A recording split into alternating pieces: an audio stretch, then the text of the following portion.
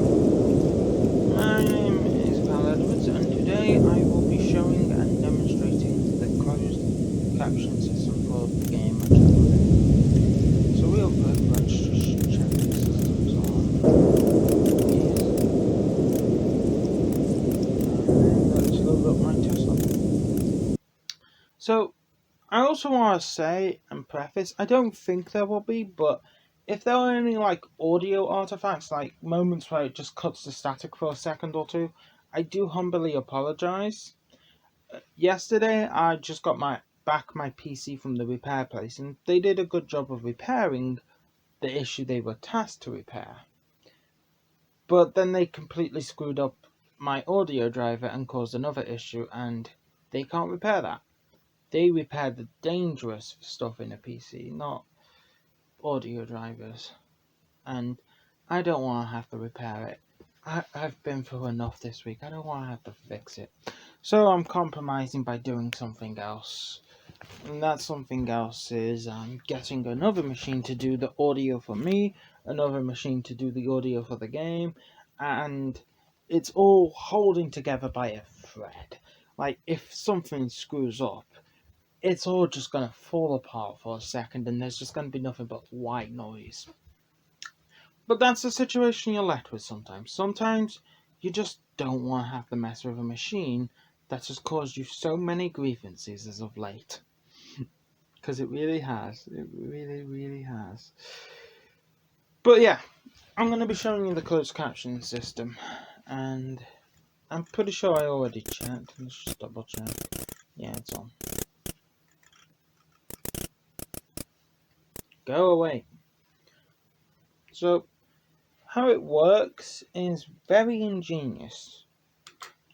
And it also doesn't work the first time when you walk towards something. Now, I don't believe this is a bug in the game. I believe this is more of a bug in my computer because of how it's getting the sound information and then putting that information to the screen, or more rather to the closed captions box. So how it gets it and then sends it onwards. I believe there's a problem with that for when you're on a broken computer with a broken audio driver, such as this computer, and that's not really a problem I can fix. It's not a problem in the game. It's just a problem with with how the game's responding to my PC. But it does work the second time. So the first time you emit audio, it doesn't work, but the second time it does. And there is also that works, and there is that. Now, something you may have noticed if you're very keen-eyed is it gets brighter the closer you are to the thing that causes sound, and likewise it gets darker. So if I go all the way over here, far away from everything, it reaches these colours. Likewise, if I come back, it gets brighter. Now, this isn't actually something unique. I've done this before. It's unique to me, but I've done it before for a previous game. And I'm redoing it because when I did it before for that previous game, I got a lot of praise. It was a really good idea. So why not do it again? I mean, you shouldn't repeat all your ideas, but the special ones you should repeat them. And then just change them up a bit to suit everything else. And that is what I did. I repeated the colour changes, the thing, it changes colour based on how close you are to the sound. But then I changed it up. It's installed to the rest of the game, and it doesn't work with subtitles, it's closed captions. You don't need proper full-on subtitles for this game after all. Because most of your conversation, most of your interaction and talking and having people talk to you will be done through a chat box. This chat box. And it's not going to emit a human voice. I'm not going to put in the effort for that. So you don't really need subtitles unless one of the people on our team go behind everyone's back, not tell anyone, and makes it themselves an NPC that's human looking in a game where you're supposed to be the only human left in this city. Which I'm pretty sure no one will be happy with, and it's not something I'm going to endorse by making a subtitle system. But yeah, it changes colour based on how close you are to the sound, how far away, and generally that's the gist of it, the basics, and yeah.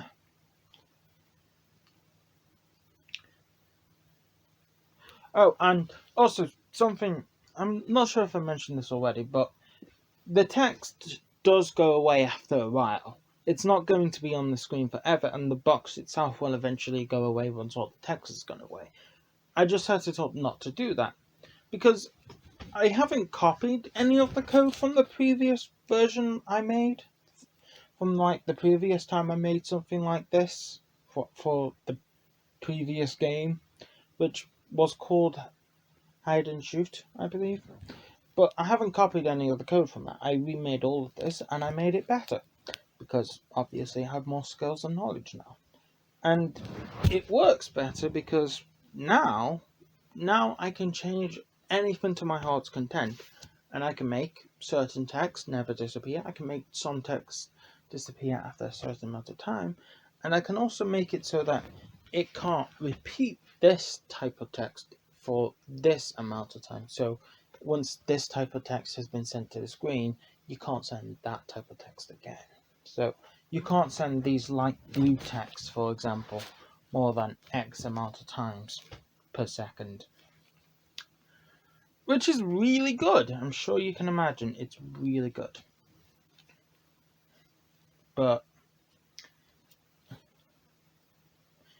the consequence of that is I can use it to demonstrate things, like the text never disappearing, so I can use it to, well, walk nearer and farther from things to show you how the colours change.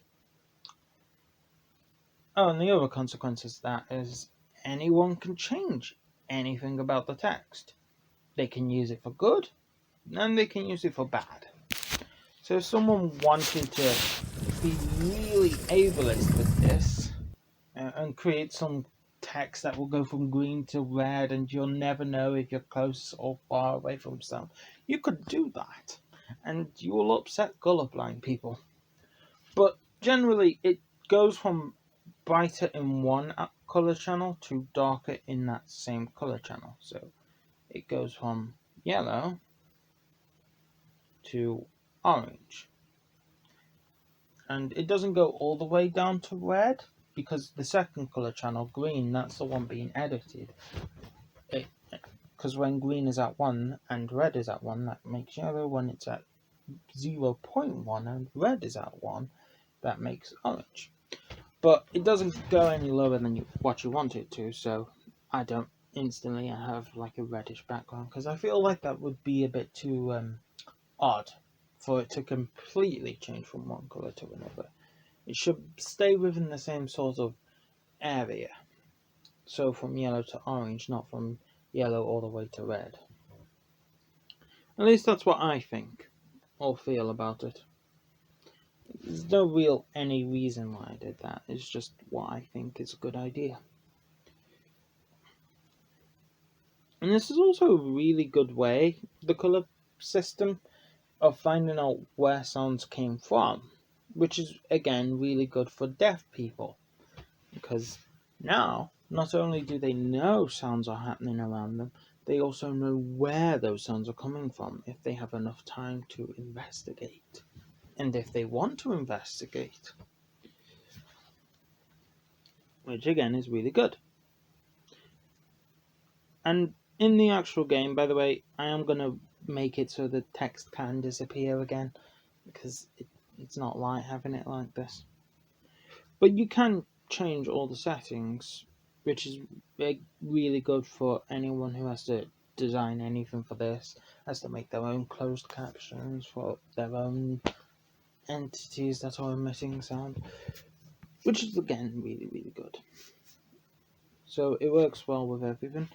And something, a little sneaky bug, I wouldn't really call it a bug more though, I call it a consequence of effective decision making.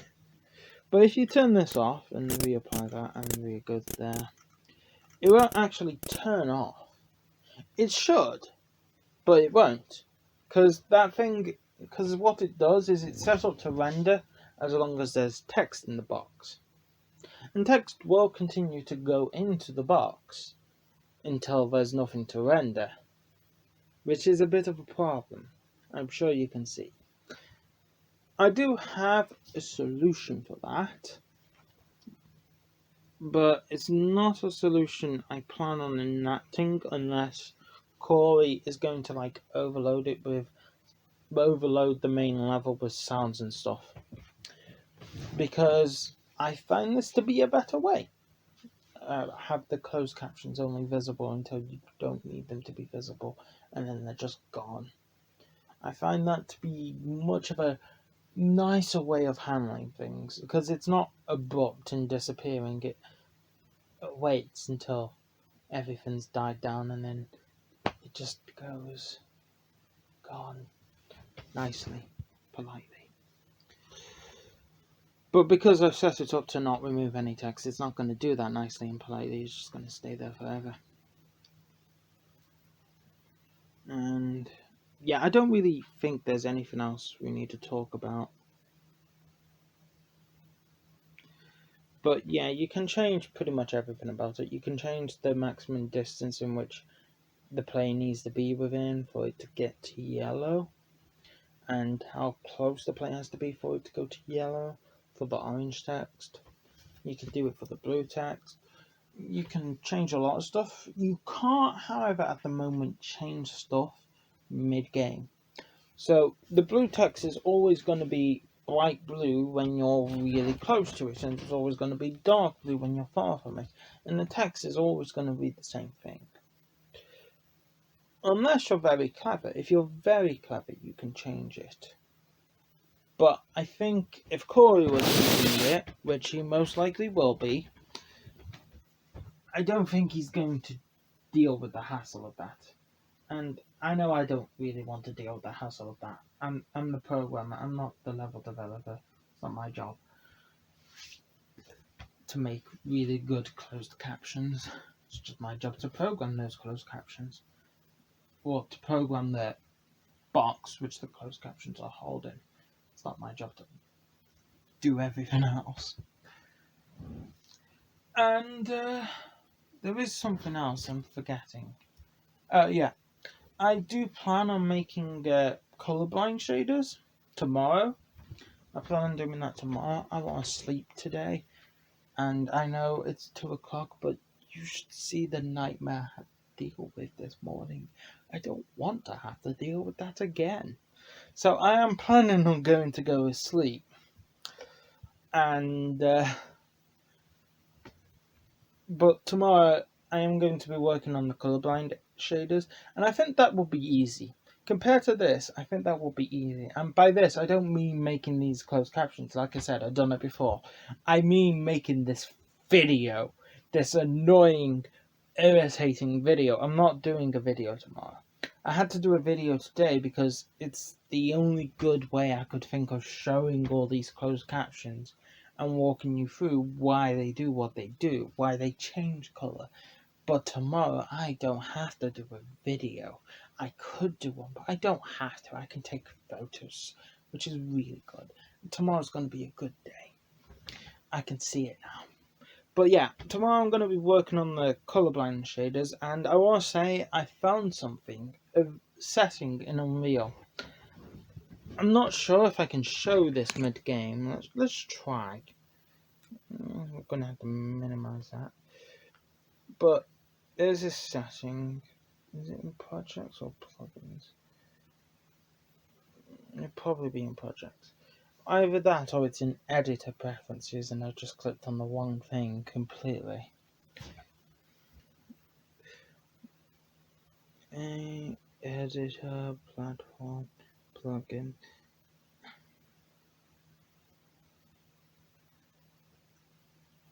Could it be an appearance? It's not an appearance. Could it be a rendering?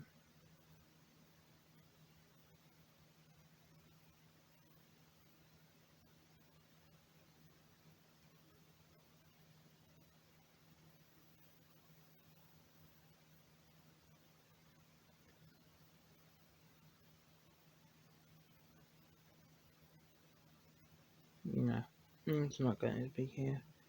It's probably in editor preferences. Editor preferences.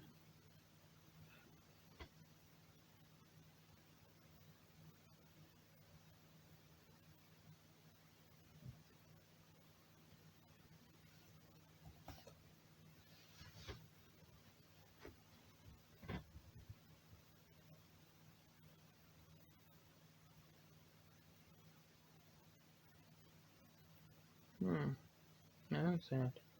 Maybe it was in project settings. Let me try one more time.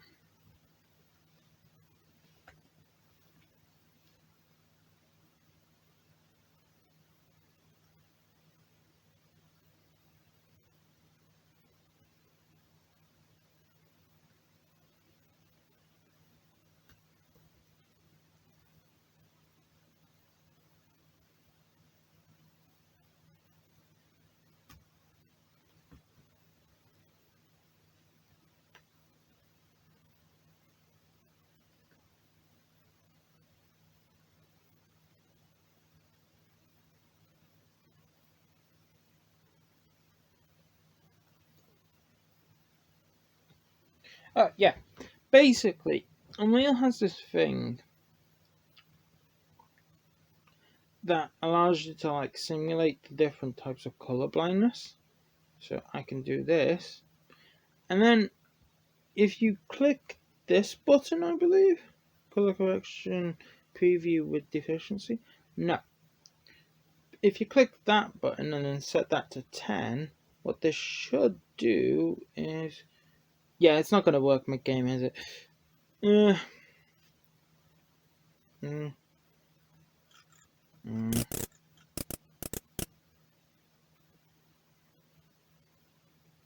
I'll get my viewport back. I'm clicking on the wrong things for that. But if you set this to, you can basically set the colors for this, and then if you click Alt P, what it does is it basically simulates color blindness, but then what it does after that is it finds a way to make everything visible. So like every type of color for every type of thing will be visible to the player. If that's the right Boolean option, it could be the one above it, I don't really know. But if that is the right Boolean option, then you simply press that, scale it up to 10, and what it does is it will basically be like, you're insanely colorblind, and this is what I need to do to make you be able to see. And it does a good job. So that's how I'm going to deal with the colorblind shader. I'm going to use that, figure out how to put it in Node, and then figure out basically how to put that into the settings, because I don't think the settings will just support that. I'm going to have to do something similar to what I did with the audio system. It shouldn't be too difficult. It'll just be very easy. It'll just take up like 3 days of my life. Well, no, what I meant, 3 hours of my life. That's what it will take up. And that's worth the risk. That's worth the waste of time. But yeah, that's what I plan on doing tomorrow for the colorblind shader. And that's basically everything. I might as well show you the colorblind shader today after all. Considering, well, I don't want to do a video tomorrow. I just don't want to. It's a painful day. So, I'll show you today. But yeah. That's everything. Now it's time to turn these things off. A 1 and a 2 and a 3 and a 4.